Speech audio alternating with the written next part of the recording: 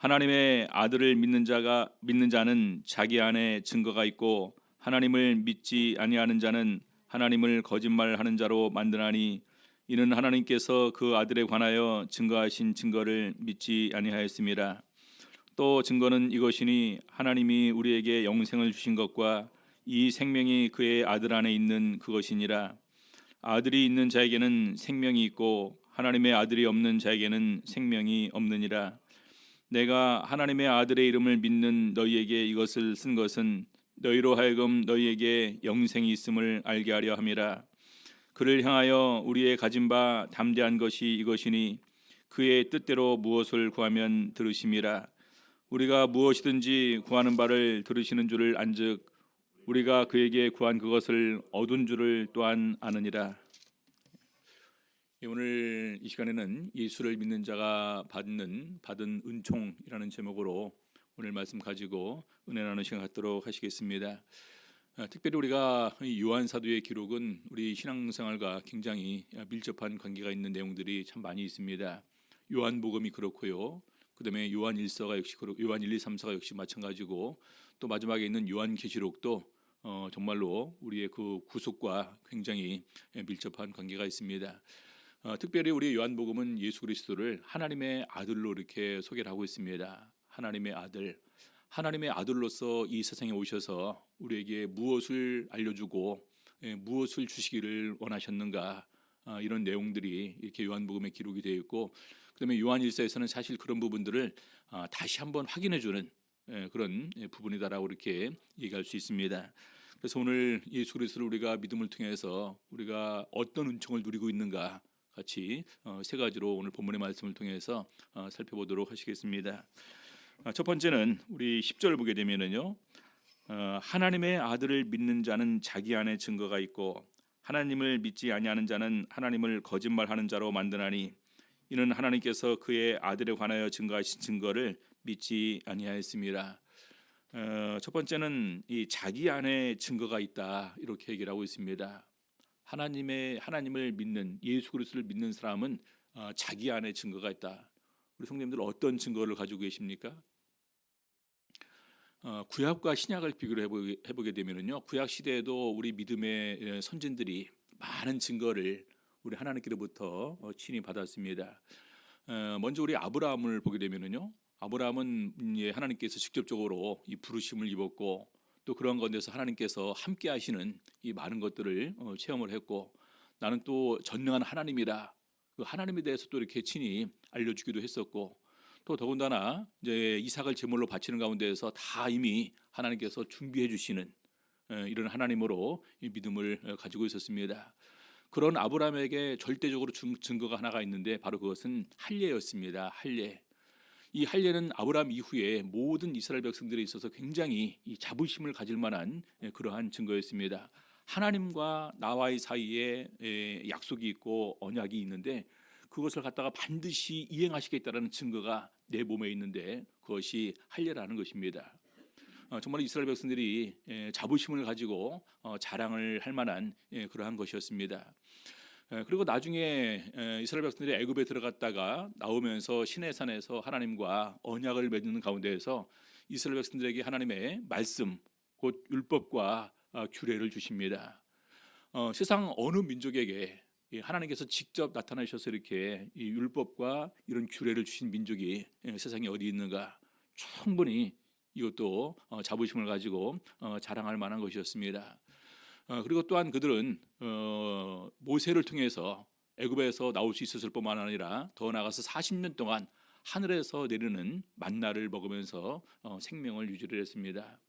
정말로 자랑할 만한 것이지 않습니까? 이것은 확실한 증거예요. 그래서 이러한 증거들이 그에게 있었는데, 오늘 우리 신약 시대를 사는 우리는 이방인이고 이스라엘 민족이 아닙니다. 우리는 어떤 증거를 받으면서 신앙생활을 하고 있을까요?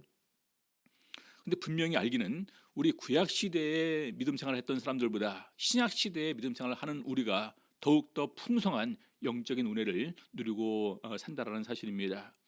구약이 하나님의 백성이라면 우리 신약은 하나님의 자녀가 됩니다. 구약은 약속을 받았습니다. 멀리서 이렇게 예언과 약속을 통해서 이렇게 말씀을 받았는데 바로 그것을 멀리서만 보고 환영했다. 근데 우리 신약 시대에는 예수 그리스도께서 직접 오심을 통해서 자신을 증거하셨고 또 말씀을 친히 증거하시는 가운데에서 우리에게 귀한 이 생명의 복음을 우리들에게 증거해 주셨습니다. 그래서 이것은 비교가 안 되는 것입니다. 그리고 구약 시대에 수많은 증거들이 많이 있었을 것입니다. 아브라함에게 주신 증거, 이삭에게 주신 증거, 또 야곱에게 주신 증거, 또 요셉에게 주신 증거, 모세에게 준 증거, 여호수아에게 준 증거, 그 이후에 수많은 선지자들 또 왕들 이런 그 믿음의 사람들에게 하나님께서는 증거를 주셨습니다. 자, 그런데 우리 신약 시대는요, 그 증거가 우리 안에 있다라는 것입니다. 예, 하나님의 아들을 믿는 자는 자기 안에 증거가 있고, 우리 성도님들 다른 사람들이 우리에게 질문하지 않겠습니까? 하나님께서 계시다는 증거를 뭘로 나타낼 거냐? 하나님께서 당신을 사랑한다는 증거를 뭘로 이렇게 증거할 거냐? 당신이 믿는 천국과 영생에 관해서 무엇으로 증거할 거냐? 뭐라고 대답하시겠습니까? 이게 다 하나로 통일이 됩니다. 그것은 성령이에요. 내 안에 증거가 있습니다. 성령으로 증거가 된다, 이렇게 얘기할 수 있습니다. 요한복음 14장 20절 보시겠습니다. 요한복음 14장 20절. 그 날에는 내가 아버지 안에 너희가 내 안에 내가 너희 안에 있는 것을 너희가 알리라. 여러분, 그 날이 언제인 줄 아시죠? 예수님께서 우리에게 다른 보혜사 곧 성령을 부어주시는 그 날을 얘기하고 있습니다. 그 날에 어디 계신다고요? 우리가 예수님 안에, 예수님이 우리 안에 있는 것을 너희가 알리라. 그래서 이 신약 시대를 살아가는 우리들은 믿음의 증거를 어디에 주셨냐? 우리 안에 주셨습니다. 우리 안에. 그래서 구체적으로 로마서 8장 9절부터 쭉 보게 되면은 성령이 우리 안에 계심을 통해서 무엇을 증거하시는가 몇 가지로 이렇게 얘기를 하고 있는데요. 우리 9절 보겠습니다. 로마서 8장 9절.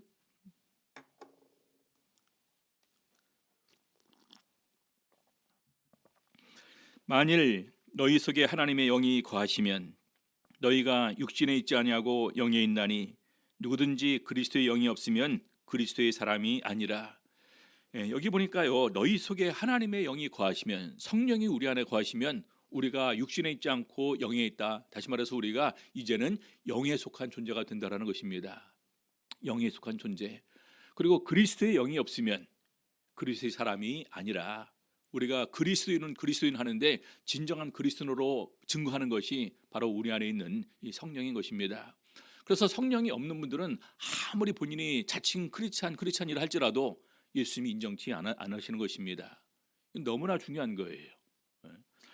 자, 그다음에 10절 보시겠습니다. 또 그리스도께서 너희 안에 계시면 몸은 죄로 인하여 죽은 것이나 영은 의를 인하여 산 것이니라. 예수님께서 우리 안에 거하시면 우리 영은 살아있는 것이라는 것입니다. 영이 살아있는 존재가 된 것이다. 그다음에 11절 보니까요, 예수를 죽은 자 가운데서 살리신 이의 영이 너희 안에 거하시면 그리스도 예수를 죽은 자 가운데서 살리신 이가 너희 안에 거하시는 그의 영으로 말미암아 너희 죽을 몸도 살리시리라. 마지막 부활의 증거를 우리는 뭘 갖고 우리가 마지막 부활에 참여할 수 있는 근거가 뭐냐 질문할 때 우리는 내 안에 있는 영으로 말미암아 내가 그것을 확신할 수 있습니다. 우리는 이렇게 대답할 수 있는 것입니다. 그래서 이 부활에 참여하게 되는 증거가 되게 되는 것입니다. 그리고 8장 16절을 보니까 성령이 친히 우리 영으로 더불어 우리가 하나님의 자녀인 것을 증거하시나니. 구약 시대는 계속해서 나는 너희 하나님이 되고 너희는 내 백성이 되리라, 선지자들을 통해서 계속해서 하시는 말씀이 그 부분입니다. 하나님께서 세상의 수많은 민족 중에서 너희만 알았다 이렇게 고백을 하고 있습니다. 이스라엘 민족만 알아준 것도 복인데 특별히 내가 너희의 하나님이 되주고 너희가 내 백성이 된다는 것은 엄청난 은혜이고 축복이었습니다. 근데 우리 신약시대에는요, 하나님의 자녀가 되는 거예요. 그래서 말라기서에 보게 되면 그런 예언이 되어 있습니다. 날이 이르면 내가 그들을 갖다가 나의 특별한 소유를 삼을 것이요, 특별한 소유를 삼을 것이요, 사람이 자기를 섬기는 아들을 아낌같이 내가 그들을 아끼리니. 그래서 하나님의 자녀가 된다는 것이 특별한 소유고 하나님의 특별한 아낌, 보호와 보살핌이 거기에 있다라는 것을 바로 성령을 통해서 증거하는 것입니다. 그래서 우리 고린도 후서도 보게 되면은 우리의 구원에 관해서 바로 성령께서 친히 증거하신다는 것입니다. 고린도후서 1장 22절 보니까요. 저가 또한 우리에게 인치시고 보증으로 성령을 우리 마음에 주셨느니라. 하나님의 약속은 그리스도 안에서 얼마든지 예가 된다. 예가 된다는 것은 약속이 예가 된다는 것은 그렇게 된다라는 것입니다. 그래서 우리도 아멘하여 하나님께 영광을 돌리게 하였는데 어떤 약속입니까? 예수님께서 우리에게 주신 약속 바로 그것은 영원한 생명과 천국입니다. 바로 그것을 보증으로 성령을 주셨다 이렇게 증거를 합니다. 고린도후서 5장 5절 곧 이것을 우리에게 이루게 하시고 보증으로 성령을 우리에게 주신 이는 하나님이시니라. 고린도후서 5장은 부활에 관해서 얘기를 하고 있습니다. 만일 땅에 있는 우리의 장막집이 무너지면 하늘에 있는 장막이 우리에게 있는 줄 아나니 우리가 이걸 갖다가 덧입기를 하늘에 있는 옷으로 더 입기를 우리가 사모한다는 것인데 이것은 우리가 부활에 참여하게 되면서 영적인 영화로운 몸으로 변화되는 것을 의미합니다. 바로 그것을 보증으로 성령을 우리에게 주신 이는 하나님이시니라. 그래서 우리는 너무나 확실한 증거를 받고 살아가는 것입니다. 우리가 많은 부분에서 나도 다른 사람들처럼 천사 좀 봤으면 좋겠다. 나도 한 상 좀 봤으면 좋겠다. 나도 이 상 좀 봤으면 좋겠고 나도 꿈을 통해서 뭔가를 많이 이렇게 받았으면 좋겠다. 근데 우리는 이런 것 크게 바라지 않는다 할지라도 이미 성령을 통해서 우리는 확실한 증거를 받고 살아가는 사람들인데 그 성령이 어디에 계십니까? 내 안에 있다라는 거예요.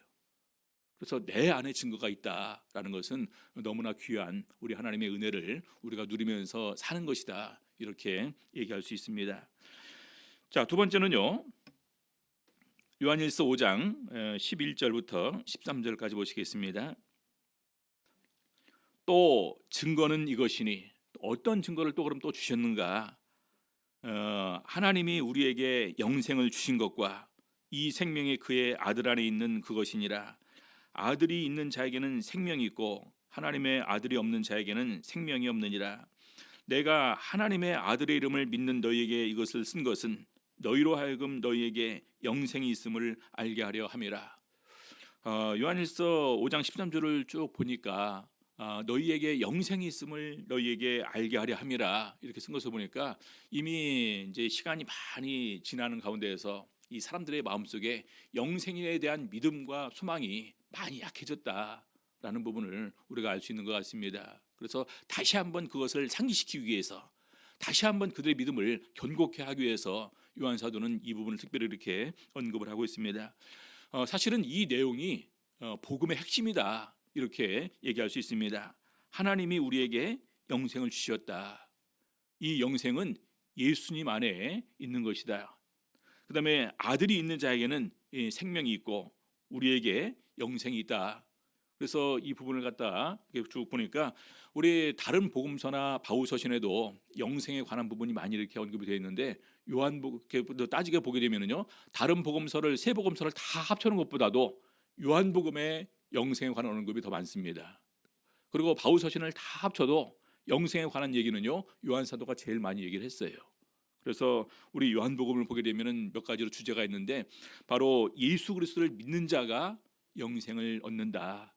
그리고 이 영생은 예수님께서 우리에게 주는 것이고 궁극적으로 예수 그리스도를 바로 알고 예수 그리스도의 말씀을 우리가 믿고 순종할 때 우리는 영생을 얻는다. 이 세 가지의 내용이 바로 요한복음의 가장 주된 내용이다. 이렇게 얘기를 할 수 있습니다. 이 부분을 다 찾아서 드릴까 하다가 너무 많을 것 같아서 그냥 이렇게 저만 찾아서 이렇게 보는데 나중에 이제 예배 후에 또 그냥 우리 카톡방에 올려드리도록 하겠습니다. 요한복음 3장 15, 16절 제가 많이 이렇게 인용하는 구절입니다.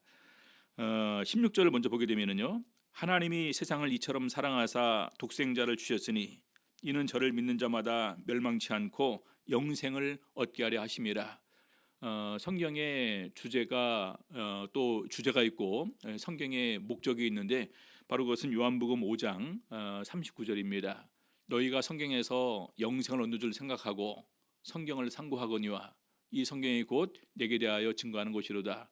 성경을 읽는 목적은 영생을 얻기 위해서입니다. 영생을 얻기 위해서. 그렇죠? 그럼 우리가 이 성경에서는 도대체 그러면 뭘 증거하고 있는가?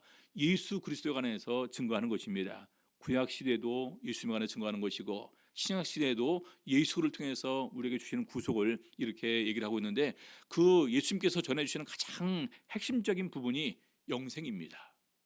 영생. 예. 자, 요한복음 5장 24절 보시겠습니다. 내가 진실로 진실로 너희에게 이르노니 내 말을 듣고 또 나 보내신 이를 믿는 자는 영생을 얻었고 심판에 이르지 아니하나니 사망에서 생명으로 옮겼느니라.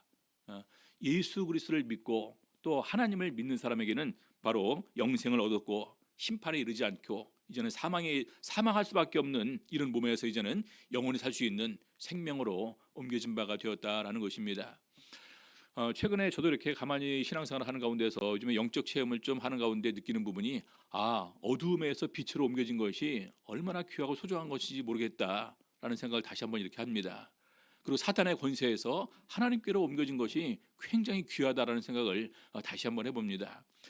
그러한 영적 체험들은 제가 이렇게 이제 그 신학할 때 어떤 그런 어떤 귀신과 마귀의 존재를 이렇게 이제 느끼면서 이렇게 신학할 때 기도 생활했던 기억이 나는데 최근에 그러한 부분들의 느낌을 다시 이렇게 느끼면서 우리가 어두움에서 빛으로 옮겨진 것, 사단의 권세에서 하나님께로 옮겨진 것이 얼마나 귀한 은혜냐라는 것을 다시 한번 이렇게 실감을 하게 됩니다. 이것은 영적으로 더욱더 많이 깨어 있을 때만 느낄 수 있는 이런 부분이다라는 생각이 드는데 더욱더 중요한 것은 우리가 영생을 누리게 되었다는 것이 얼마나 귀하고 소중한 것인지 모릅니다. 여러분 지금 코로나 백신이 이제 맞기 시작을 합니다. 근데 그럼에도 불구하고 또 최근에 또 암울한 소식이 미국에서부터 전해졌죠. 변이가 돼서 사망률이 11배나 더 높은 이런 변종 바이러스가 또 발견되었다. 그래서 또 3월이나 또 4월 중에 또 이렇게 또 이제 또 이렇게 확진이 또 발생할 수 있지 않을까라는 이런 우려도 많이 이렇게 하고 있는 것으로 알고 있습니다. 이제 창과 방패의 싸움이다. 백신과 바이러스의 싸움이라고 하는데 누가 이길지는 이것은 시간이 지나야지만 해결될 수 있는 문제다 이렇게 얘기를 합니다. 그래서 가만히 보니까 정말 우리 모든 사람들이 다 죽음 앞에서 벌벌 떨고 있는 우리 인간의 나약한 모습을 이렇게 보여줄 수밖에 없는 이러한 상황입니다. 그래서 그런 것을 보게 되면서 정말로 이 영생을 누릴 수 있다는 것은 얼마나 귀한 것이냐. 여러분 미국에서만 죽은 숫자가 50만이 넘습니다. 우리 한국은 많이 잘 방어를 했다고 하기도 하고 또 더 잘 방어를 한 나라는 대만과 싱가포르 이렇게 얘기를 하기도 합니다. 근데 전 세계적으로 보게 될 때 정말로 우리 인간의 목숨이 참 별거 아니구나라는 생각을 다시 한번 가지게 되면서 이런 가운데 우리가 영생이 있음을 알게 되고 영생을 누릴 수 있고 또 영생에 이제는 참여하게 되었다는 것 자체가 얼마나 귀하고 소중한 것이냐라는 부분을 다시 한번 생각을 하셔야 됩니다. 요한복음 5장 우리 39절 40절 성경 전체의 주제라고도 할 수 있는 이런 부분인데요. 너희가 성경에서 영생을 얻는 줄 생각하고 성경을 상고하거니와 이 성경이 곧 내게 대하여 증거하는 것이로다. 근데 40절에 그러나 너희가 영생을 얻기 위하여 내게 오기를 원하지 아니하는도다. 우리 성도님들 정말로 영생을 누리고 싶으십니까? 정말로 영생 얻기 위해서 우리 하나님께 나오고 계시는 것입니까? 그렇죠? 이 믿음이 약해졌기 때문에 요한 사도가 다시 얘기를 하는 것입니다. 내가 하나님의 아들을 믿는 너에게 이것을 이름은 너희에게 영생이 있음을 알게 하려 함이라. 영생이 있음을 알게 하려 함이라. 이미 믿고 있는데 이미 천국을 사모하고 있는데 근데 왜 영생에 대한 믿음이 약해졌을까요? 병원에 가보게 되면 참 얼마나 불쌍한 사람이 많은지 모릅니다. 특히 중환자실 들어가서 보게 되면 너무 불쌍한 사람들이 많이 있어요. 근데 너무나 많은 사람들이 그냥 거기서 끝난다고 생각하면 얼마나 우리 인생이 보잘것없는 인생입니까? 어떤 경우는 그냥 피지도 못하고 젊은 나이에 또 심지어 어린 나이에 생명을 마감하는 경우도 이렇게 있음을 보게 됩니다. 그것을 우리가 어떻게 해결할 수 있을까요?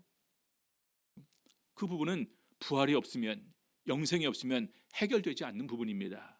그렇죠? 부활과 영생이 있음을 통해서 진정으로 우리 하나님의 인생의 수고를 위로하여 주시고 또 참된 안식을 주시는 가운데에서 바로 이 세상에 누리지 못했던 모든 것들을 우리는 참으로 보상을 받을 수 있는 것, 이것이 바로 우리 복음의 내용인 것입니다.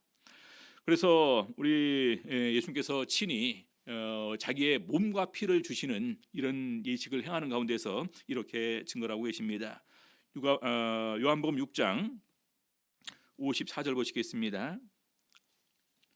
요한복음 6장 54절. 내 살을 먹고 내 피를 마시는 자는 영생을 가졌고 마지막 날에 내가 그를 다시 살리리니. 예수님의 몸과 피에 참여하는 것이 어떤 은총이 있냐, 두 가지를 얘기를 하고 있습니다. 여기 보니까요, 물론 더 앞에면 세 가지입니다. 하나는 영생을 가졌다라는 것입니다.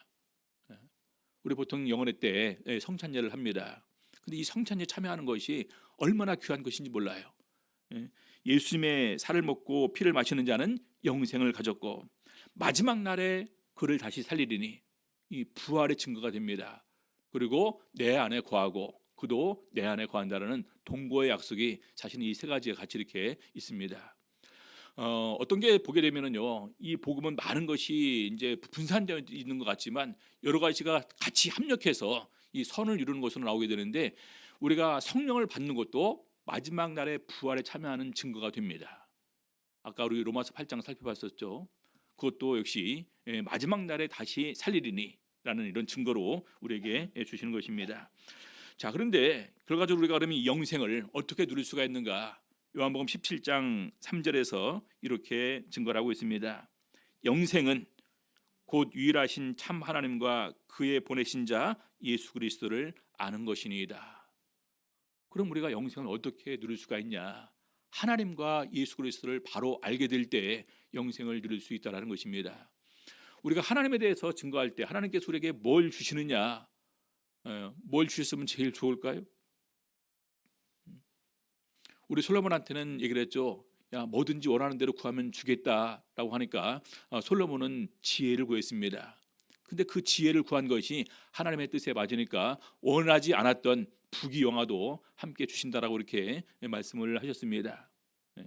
예전에 이런 예화가 있었죠. 어떤 노부부에게 천사가 나타나서 얘기를 했습니다. 세 가지 소원을 들어줄 테니까 세 가지 소원을 얘기를 해라. 그러니까 이제 아마 이제 그 노부부가 외국의 할머니 할아버지였던가 보죠. 할머니가 먼저 툭 말을 던졌답니다. 소세지나 원 없이 실컷 먹어봤으면 좋겠다. 소세지, 우리 어른들이 별로 이렇게 즐겨치 않으시죠? 그러니까 이제 할아버지가 가만히 생각하니까 부해가 좀 났습니다. 이 소원이라는 것이 얼마나 귀한 건데 그것과 소세지 하나에 이렇게 소원을 낭비를 해버려. 그래서 화가 나서 이놈의 소세지 할망 그 턱조가리나 붙어버려라 해서 소세지가 이렇게 턱에 붙었답니다. 이제 턱에다가 소세지를 평생 달고 살 수는 없잖아요. 그래서 세 번째 소원은 이제 그 소세지를 턱에서 떼어달라 이렇게 했다라는 얘기가 있는, 웃기는 얘기가 있는데, 중요한 것은요, 우리는 만약에 그런 소원을 얘기를 한다면 우리는 어떤 소원을 빌 것인가입니다. 어떤 소원을 빌겠습니까? 우리 찬양에 그런 소원 있죠. 내 평생 소원 이것뿐 주의 일 하다가. 그러면 어떻게 한다고요? 주의 일 하다가, 내 평생 소원 이것뿐 주의 일 하다가. 그러면 나중에 가면은 하나님께서 영생과 천국과 상급으로 우리에게 보상하시겠죠. 근데 우리는 더 나아가서 이제는 하나님께서 우리에게 뭘 주셨냐? 이미 우리에게 주셨습니다. 소원 빌지 않는다 할지라도 이미 주셨어요. 영생이라는 것을 주셨습니다. 선물로. 뭘 더 바라시겠습니까? 하나님, 영생은 이미 받았지만 그래도 하나님께서 불러가신 날까지 이 세상은 누리고 살고 싶습니다. 그러니까 이왕이면 조금의 권세도 주시고 조금의 재물도 주시고 또 건강도 조금 주시고, 너무 빨리 불러가시면 누릴 수 없으니까 조금 더 이렇게 오래 살게 해주시고, 이것까지 다 구할랍니까? 그렇죠?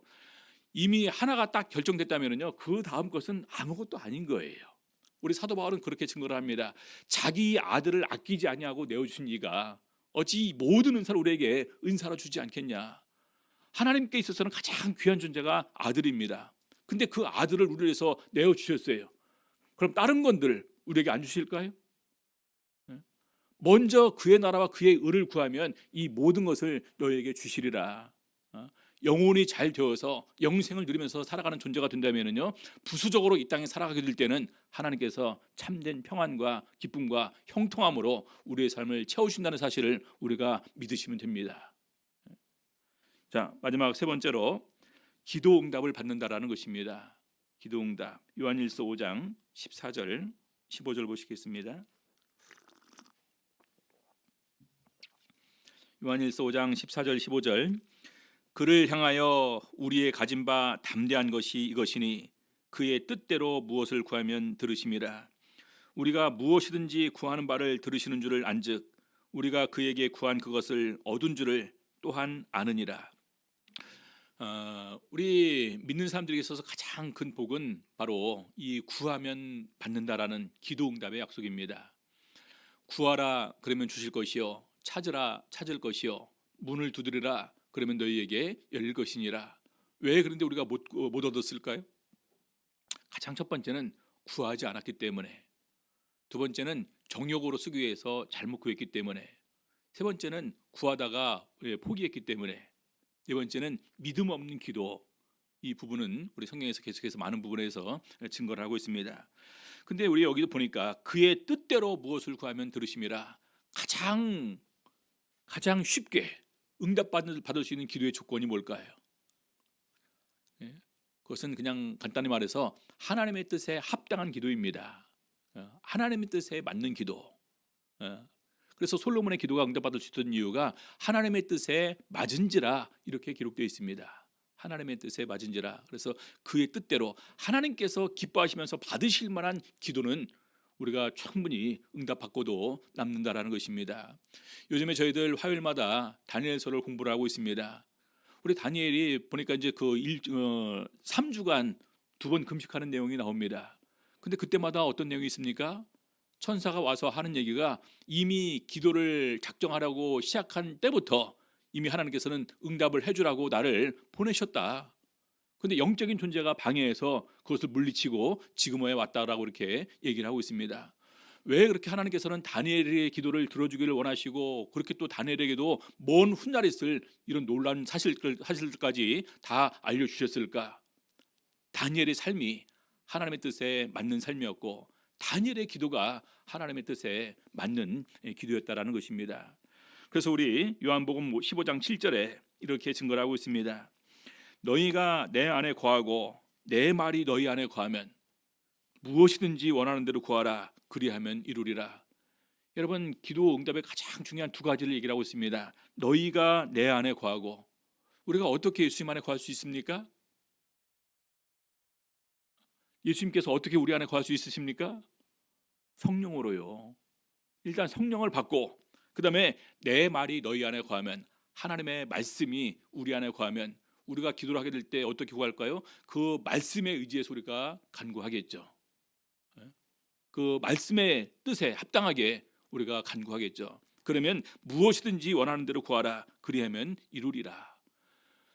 예수님께서 떠나간다고 하니까 제자들의 마음속에 근심이 가득 찼습니다. 너희는 마음에 근심하지 말라 하면서 쭉 14장부터 요한복음 14장부터 얘기를 하십니다. 그러고 나서 처소 천국을 예비하고 다시 와서 영접해서 데려가겠다라는 말씀을 하시면서 그 다음에 성령 부어주실 것을 약속을 하십니다. 성령 부어주실 것을 약속하시는 가운데서 몇 가지를 얘기를 하시죠. 우리 안에 거하시겠다. 동거의 약속이 있습니다. 그리고 능력으로 역사하도록 도와주겠다라는 것이 있습니다. 그 다음에 평안을 주겠다. 평안. 그 다음에 기쁨을 주시겠다. 그 다음에 말씀을 생각나게 하시고 우리를 진리 가운데로 인도해 주실 것이다. 그 다음 마지막이 기도 응답의 약속입니다.